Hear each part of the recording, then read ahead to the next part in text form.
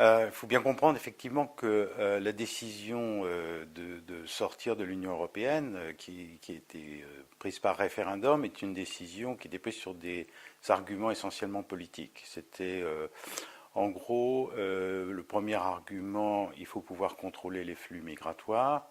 Bien sûr, là, on parle des flux migratoires à l'intérieur de l'Union européenne, pas de l'extérieur, hein, qui sont en fait souvent la principale préoccupation.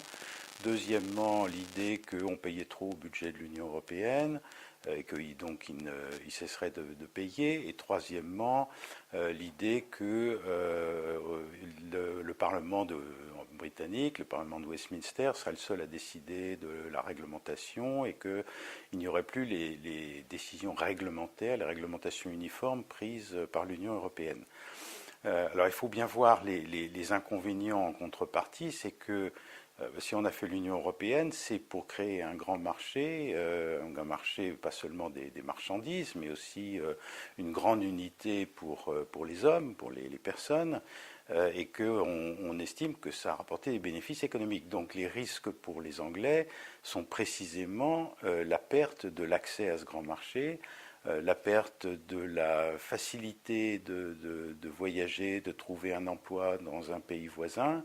la perte de ce qui est mutualisé dans le budget de l'Union européenne. Et donc les Britanniques vont s'apercevoir qu'ils sont obligés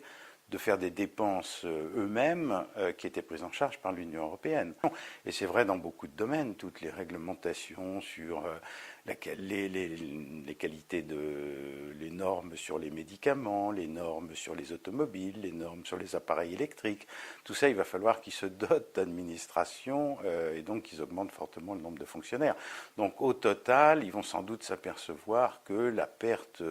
d'une partie, en tout cas, de l'accès au marché européen, les frais supplémentaires exposés, la perte de cette facilité de communiquer, de commercer, de voyager, de s'établir, d'étudier, sauf s'il y a des accords bilatéraux particuliers ou des accords avec l'Union européenne particuliers qui couvrent certains secteurs, ça va être sans doute une perte importante.